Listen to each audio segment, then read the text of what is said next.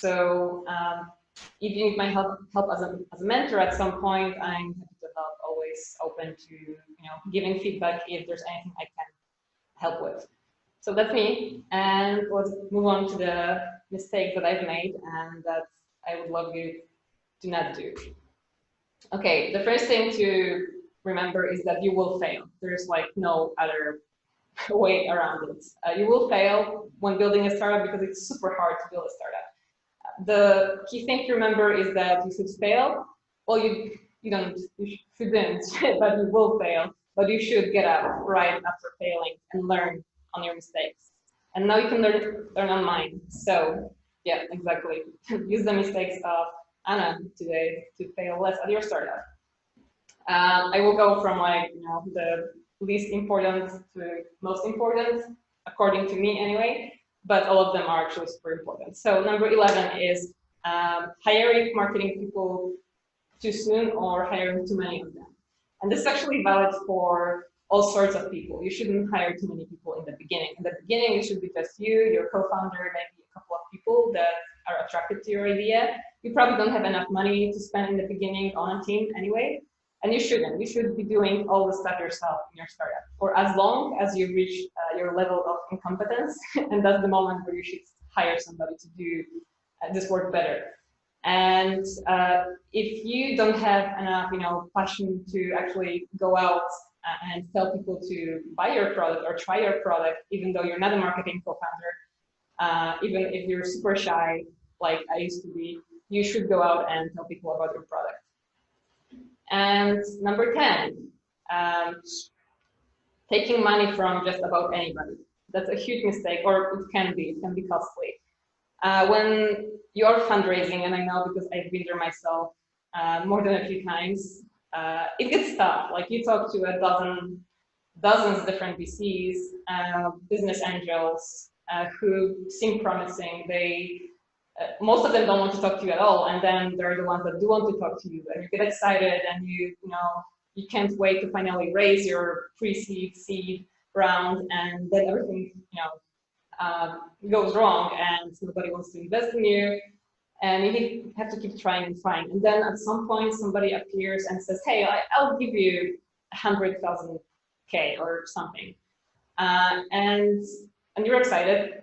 And you say, okay, just give me the money, I'll give you whatever you want. Well, don't do that. You shouldn't give more than 10, 20, maybe % in the beginning, like before your seed round, because you will have no more room for other investors afterwards. Plus, you have to ask yourself a few questions. What does this investor bring on board other than the money? If it's just the money, you should think about how valuable this relationship is. If you're not getting any contacts, any network, any expertise, or this person isn't going to be your client, then just think about whether it's worth it. And think about what's in it for the investor. The investors are in it for the money, obviously, but just look at all the little details in the contract and make sure that you're not getting screwed over, that you're actually still going to be the boss of your startup and you're making the decisions, and giving away part of your company isn't too risky for you. And if there's nothing else you can do, and the person wants too much of your company, I would say sell them less, but give up less shares.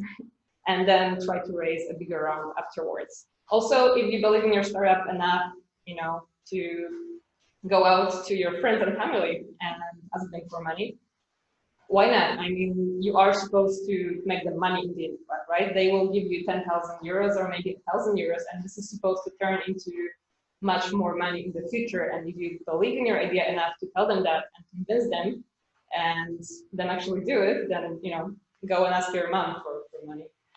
All right, number 9, making a product for undefined audience. I mean, that's what Paul sort of mentioned already. If you're making something for yourself because you have this big pain and the problem that you're trying to solve for yourself, that's great. And that probably means that there are people out there who also have this problem. But you do have to go out and ask. You can't assume that everybody else has the same problem. You do have to go out and ask people. And this also doesn't mean that you can't solve problems that you don't have yourself. If you notice a problem that somebody else has, like a big corporate or somebody else around you, and you see the problem, again, go out, ask more people, and if more people have this problem and it's a big pain that you can solve for them, go ahead and solve that problem. Number 8, hiring people based on their CV only.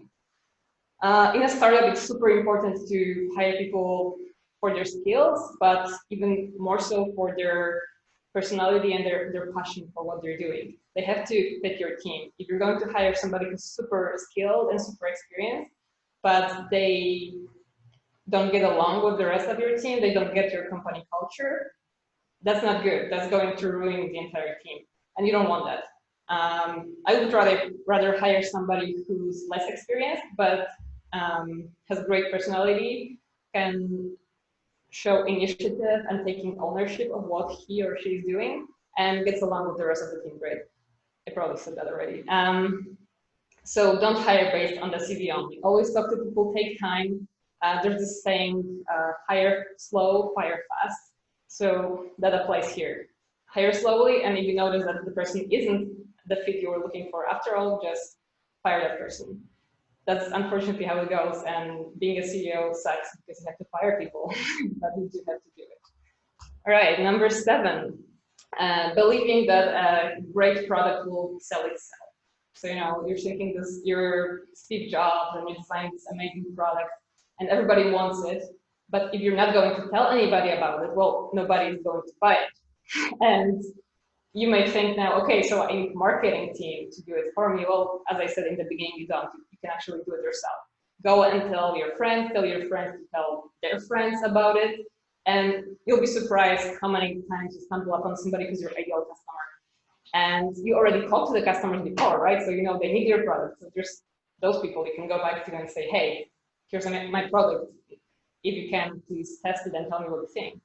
But I'll get back to that at some point later on also, so I won't be talking about it now. And there are actually 2 books that I can recommend to you if you're not a marketeer, and even if you are. There is Growth Hacker Marketing. It's super short, it's like 100 pages. And it shows this growth hacking marketing mindset to everybody, but I would dedicate it specifically to developers.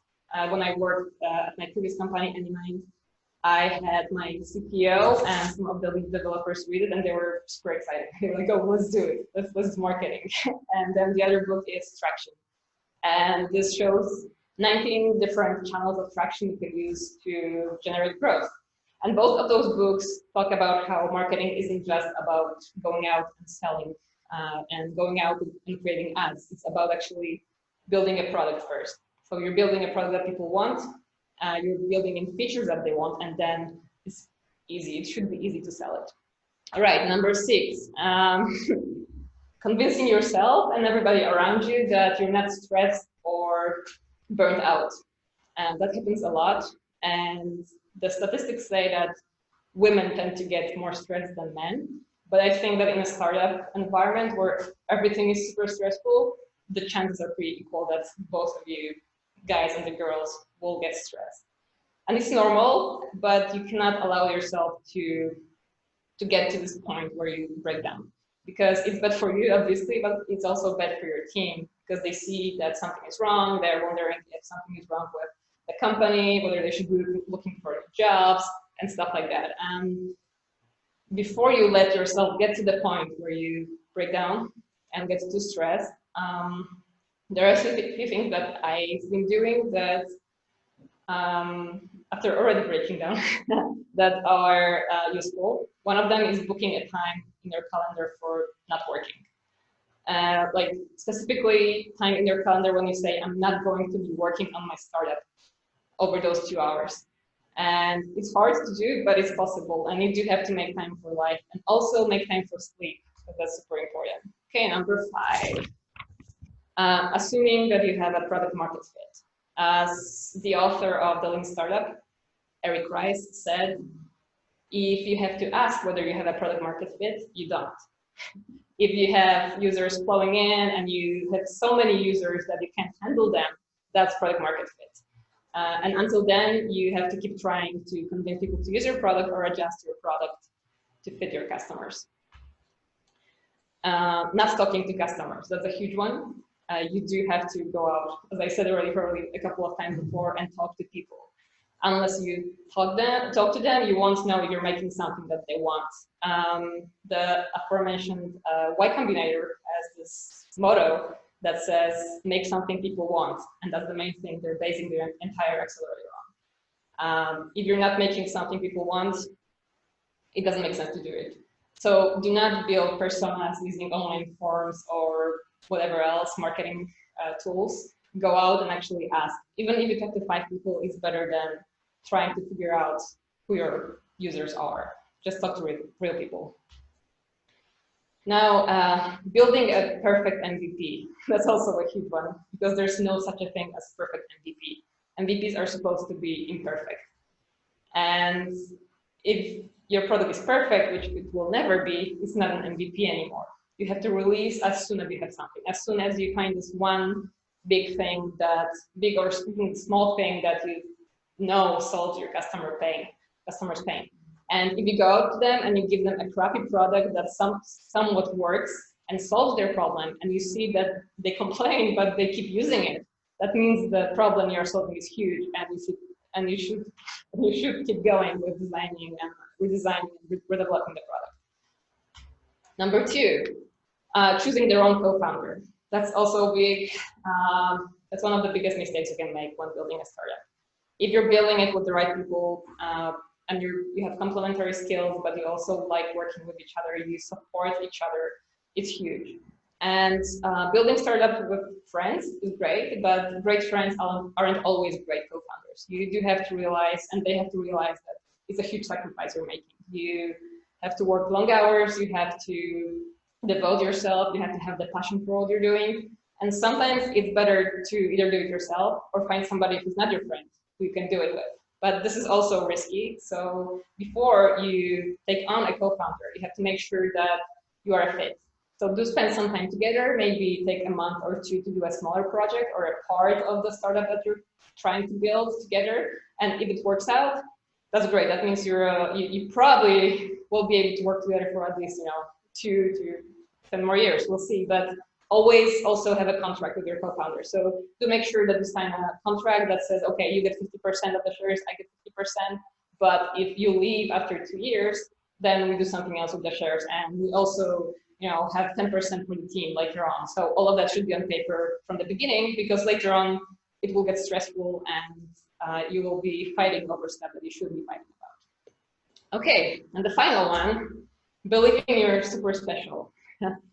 There aren't that many unicorns out there, and we can pretend to be unicorns, but the truth is that most startups fail.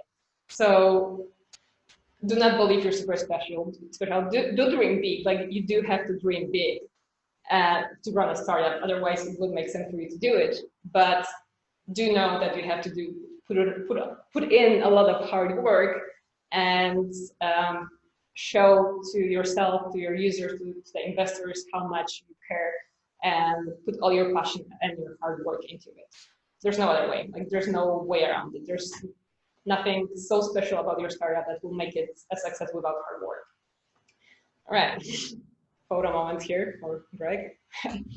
Okay, so that's actually an article I wrote, a shortcut to it on LinkedIn about those 11 startup mistakes, and there's some more info and links in there. I also recommend reading at the top 20 reasons startup fail by CB Insights, and it's based on actual startups postmortems, so why startups died. And they have lots of other things that you can think about and not do because somebody else already did it and they failed. All right. Yeah, always ask for directions. If you need my mentoring or somebody else's, do ask me. Thank